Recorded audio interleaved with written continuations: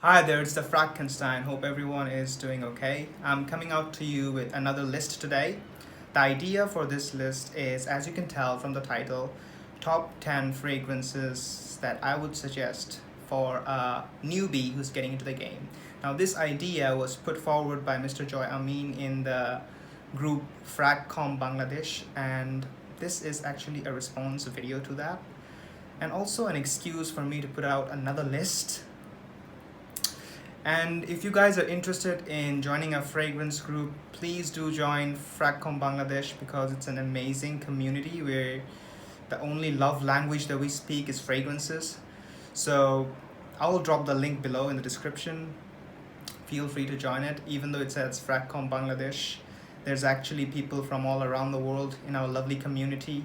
And to be quite frank with you, it's actually the people from around the world who are more active in the group than the native people. So feel welcome.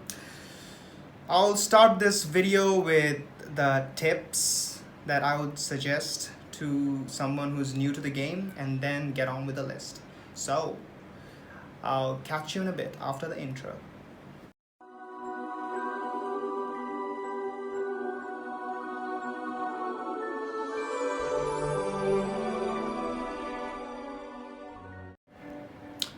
Now, there are no particular order of the tips that I'm going to give because I'm just making them along as I'm shooting this video. So here it goes. Firstly, I think as a newbie entering into the game, you may be taken by surprise by the overwhelming factor. And what do I mean by it? Like when you're new to the game, you'll be entering these different fragrance groups, or let's say follow different fragrance collectors or reviewers in Instagram, and it's actually quite common to feel a bit overwhelmed by their collection when you see that incredible phenomenal collection of a collector that has all the big names in the designer realm and also the niche world. You may feel, compared to that, your collection is bleak and insignificant. I felt that when I started my game, and actually there's no need to feel that because not everyone has the same amount of resources to begin with, and realistically it doesn't make sense because think of it this way. Realistically, you cannot be placed in the same ballpark as a fragrance collector who has been collecting fragrances for, let's say, the last 5 or 6 years. You can't be in the same ballpark. That is just not realistic. And there's no need to feel discontent about your collection. It's gonna grow, trust me. If you love this hobby, before you know it, your fragrance collection is gonna grow substantially. And trust me on that, okay? One of the greatest, I shouldn't be saying it because I don't have it still, yet. One of the greatest virtue in the game of fragrance is self-restraint. In fact, it's the greatest virtue in the game. You will learn it as you go along in your fragrance game, okay? Impulse buying, you shouldn't be doing impulse buying based on this, and you absolutely shouldn't blind buy. This is the stage where you're really, I think this is the phase where you're really triggered by reviews and everything, but don't, because all the reviewers, the things they're gonna say is according to their perspective, okay? So don't blind buy and no impulse buying just for the sake of growing your fragrance collection, okay? I know it looks great, yeah, it looks fancy, like collectibles sitting beside me, and this took me around 2 or 3 years, so it took a lot of time and investment, but initially I had that. You're gonna have that, and you're gonna move past that, okay? I'm just shedding some all-important wisdom here, okay? Second point is research. Now, you need to research the DNA that's popping, that's out there, that's absolutely taking the FragComm, okay? Something that is happening. You need to research that DNA. For instance, let's talk about the DNA of Hugo Boss bottle, okay? This is a timeless classic. Also, let's say Dolce & Gabbana, the one. There, the list goes on and on. But try to try to make a list of the popular DNAs that are out there. Like the ones I've said, it could be Dolce & Gabbana, it could be Paco Rabanne, it could be Chanel. The list goes on and on. What you need to bear in mind when you're doing this research is that not all DNAs that are popular work for everyone. So what you need to do is act like an adult instead of impulse buying based on reviews. Now, clones are actually hated in the community because of not being original and stealing idea. But what a clone provides is it gives you an alternative avenue of testing out a DNA without putting much duress on your wallet. Clones are actually fertile grounds for a test drive. Spending a fraction of the cost of the original and having an expanded test drive of that specific DNA is what a clone effectively provides you with. And I think that's a great way of testing out a DNA. You may be criticized by niche snobs or the original snobs, but please don't pay them any heed, because you're actually doing yourself a favor in the long run by not paying attention to the opinions that don't matter. Okay? Another way of testing out dipping your toes into a specific DNA is decanting. It could be a little costly sometimes, depending on the decant you're trying to get, but decanting is also a brilliant way of testing the waters, okay? Another factor that I want to shed some light on is the subjectivity. Now, this list that I'm going to put forward, this works for me as it is subjective, this is completely subjective to me. And the subjective factors that should be taken into account for individuals vary, okay? Some may like their freshies, some may like their gourmands, and some may like their dark fragrances more so than the other ones, okay? So based on that, this list is subjected to change. Also, another factor to take into consideration is the lifestyle. For instance, I'm a student, so someone who's a student and has the same resonating taste as me in the fragrance game, someone who's in the same shoes as me is absolutely going to love this list because it's going to work for them. Others, if they're in a different profession, it would not be as appropriate to them. So this list is extremely subjective, but the objective criterion that you can take away from this list is the fact that build a versatile arsenal of fragrances that covers all the scenarios and circumstances you may find yourself in. Okay? I think that's all the tips I have for you. Now, I'm gonna hit the list. Let me get on to the list with number 10, which is Nautica Voyage. This is perfect for all those casual outings. It could be anything. It could be chilling in the house. It could be going out for picking up some groceries. It could be just a normal stroll, evening stroll. It covers all those casual settings. It's airy, aquatic, and ozonic.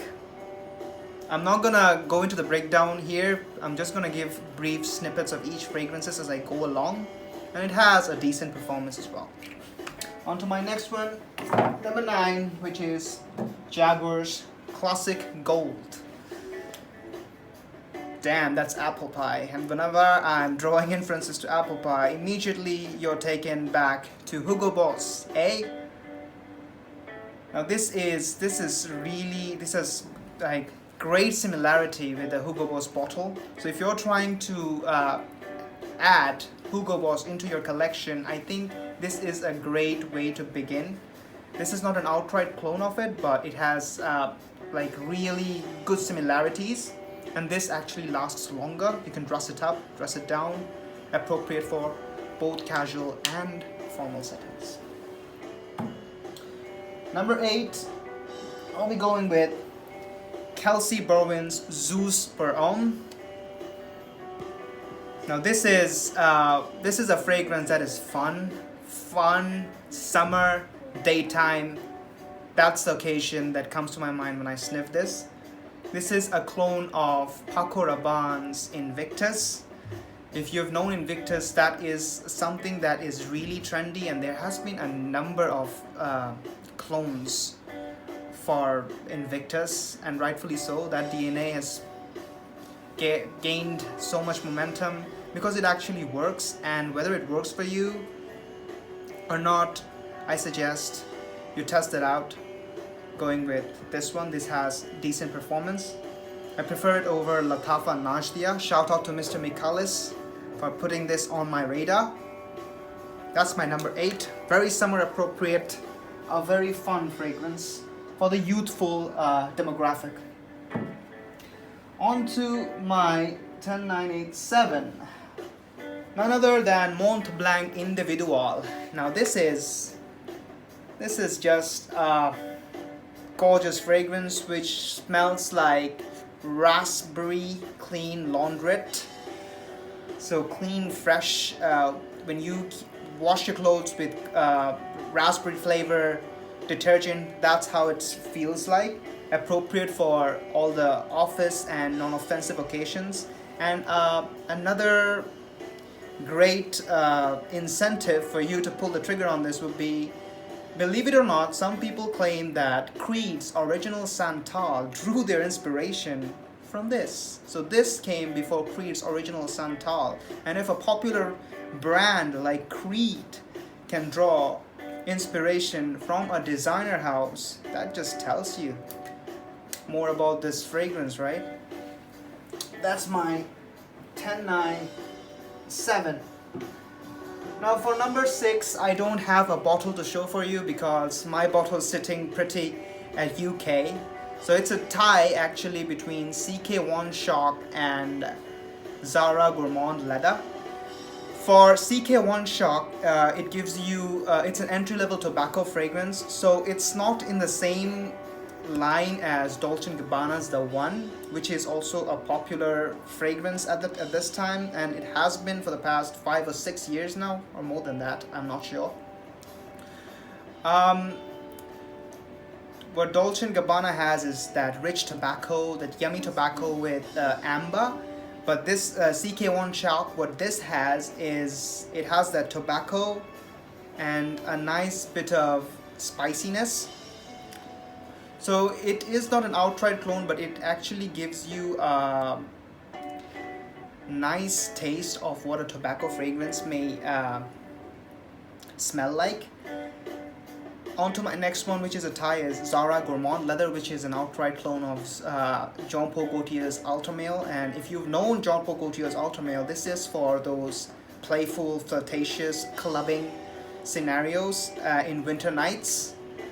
Both of these fragrances are appropriate for winter, by the way. So if you want a fragrance to capture that DNA, that clubbing scenario, you can go with Zara Gourmand Leather. And if it's something more delicious, like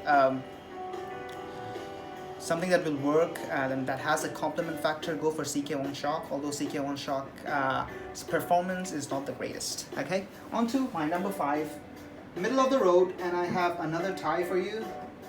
I'm sorry, I'm cheating a bit. It's not 10, it's actually more than that. I'm just giving you more alternatives as a beginner. So number 5, I went with Rasasi Fatan and Versace Pour Homme. Okay, let's talk with Rasasi Fatan. Now Rasasi Fatan this is number 5, and this is in the middle of the way, so it could go either way. You may not like this DNA, that's why I placed this at number 5 in the middle. Okay, this is a clone of Terre de Hermes. It has that dirty, bitter orange and earthy vetiver. If that's something you fancy, I suggest Rasasi Fatan. It has good sillage, nice performance. It just ticks all the boxes, and it's not gonna dig that much of a hole in your wallet. Okay, and Versace Pour Homme. Okay, if that's the DNA that does not work for you, you should go for something like this, which is really yeary. By the way, Rasasi Fatan is more versatile. This I think is more appropriate for the summer, cool, hot, humid days like we have here currently. This is just another aquatic freshie, but this has more depth, I think. But the only downfall to this is the fact that it does not perform. It cannot have a list without Versace on it, and because Versace is the embodiment of a starting lineup of any new frag hat, okay? It has incredible complement factor, and for the time for the time of its lifespan, it absolutely performs and draws people. Like it's magnetic, okay? But the only downfall again is its performance. I think it lasts for around 3 to 4 hours, but for the time it performs, it stays on your skin, it gets the job well done, okay? That's done. On to my next one, which is now my number 4. For number 4, I'm gonna suggest Davidoff Cool Water, not the Wave, although the Wave is all I have, but I used to own one Davidoff Cool Water. I don't know what happened to that. But Davidoff Cool Water, a timeless classic. It's often called as a clone of Creed's Green Irish Tweed. It smells like a rich green Irish spring soap, Irish bath soap. That is green and absolutely smells like nature. It's really soapy. The performance is not bad as well, but if you're sick of seeing Davidoff at your father's fragrance cabinet or your grandpa's fragrance cabinet, since it's a classic, you can change that. You can update your own fragrance cabinet with Esteara Stag Black, which is similar in my opinion as well. That's my number 4. On to my number 3. And who can it be? Hermaf's Club de Nuit Intense Man. Now, Aventus has ruled the fragrance world for as long as it's been out there. It has been ruling the fragrance world, and there's really no fragrance that actually comes to my mind that has created the same amount of attention, and it will stay like that for years to come. And if there's any fragrance that can give you a good taste of what Aventus smells like, Club de Nuit Intense Man is the absolute recommended dose that any reviewer is going to suggest as a newbie. So that's what I'm doing. Club de Nuit Intense Man. Incredible performance, incredible projection. And maybe the opening may be harsh, but in the dry down, this is absolutely magical. On to my second one. Now this is a niche fragrance, and you may say, hey, you're talking about cologne, you're parading cologne all through your video. Now you're showing us a niche fragrance. Well, this is not unlike any niche fragrance, because this is a niche fragrance that is an offering in a price category of the designer realm. $60 to $70 for a niche perfume is absolutely mind-boggling to me. I don't know how they do it, Mansera, but thank God they do. This is an entry-level niche house. When you're building your arsenal, I think it is essential to have at least one niche fragrance, just to feel the quality that a more improved perfumery may have to offer to you. And while this is that's so good. While this is compared to Aventus, I won't say it's Aventus cologne. It is more like the opening few minutes. I think there's a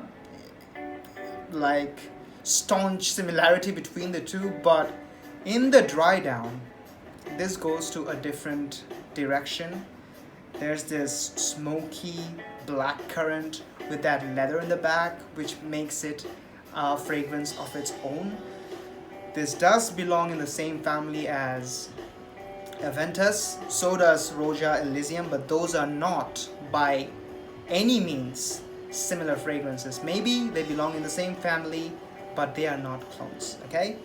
And I think if you're going to own your first niche fragrance, it should be Sidrat Bois, okay? On to my number one, and I will be absolutely shredded into pieces for recommending it. Bring on the hate. Dior Sauvage Eau de Toilette. There can be, if you're looking for a fragrance that covers every situation, absolutely versatile as fudge, covers every scenarios, and a worthy signature fragrance, but which is overplayed, then this is your go-to. Yes, it may make you a basic bitch, but what can you expect? You're starting off your fragrance game. Isn't that how people start off? Being a basic bitch? I think, and sometimes being basic is absolutely okay. And especially in these beginning phase, that's what you should do. Catch the front row hype train passenger seat and hope everything goes. And if you're invest in a bottle like this that is tried and tested, and that actually gets the job done, okay? That has been my list. And if you're trying to build your list according to my recommendation, I suggest you buy number 1 and number 10 first, so that you cover all the situations. So for all those casual fragrances, you've got Nautica Voyage, and if the situation or occasion is borderlining semi-formal to formal, you go with this and you'll be good. That was it, my top 10 list for a beginner. I hope all the tips and advices that I provided have been useful to you. And as always, the Frankenstein has spoken.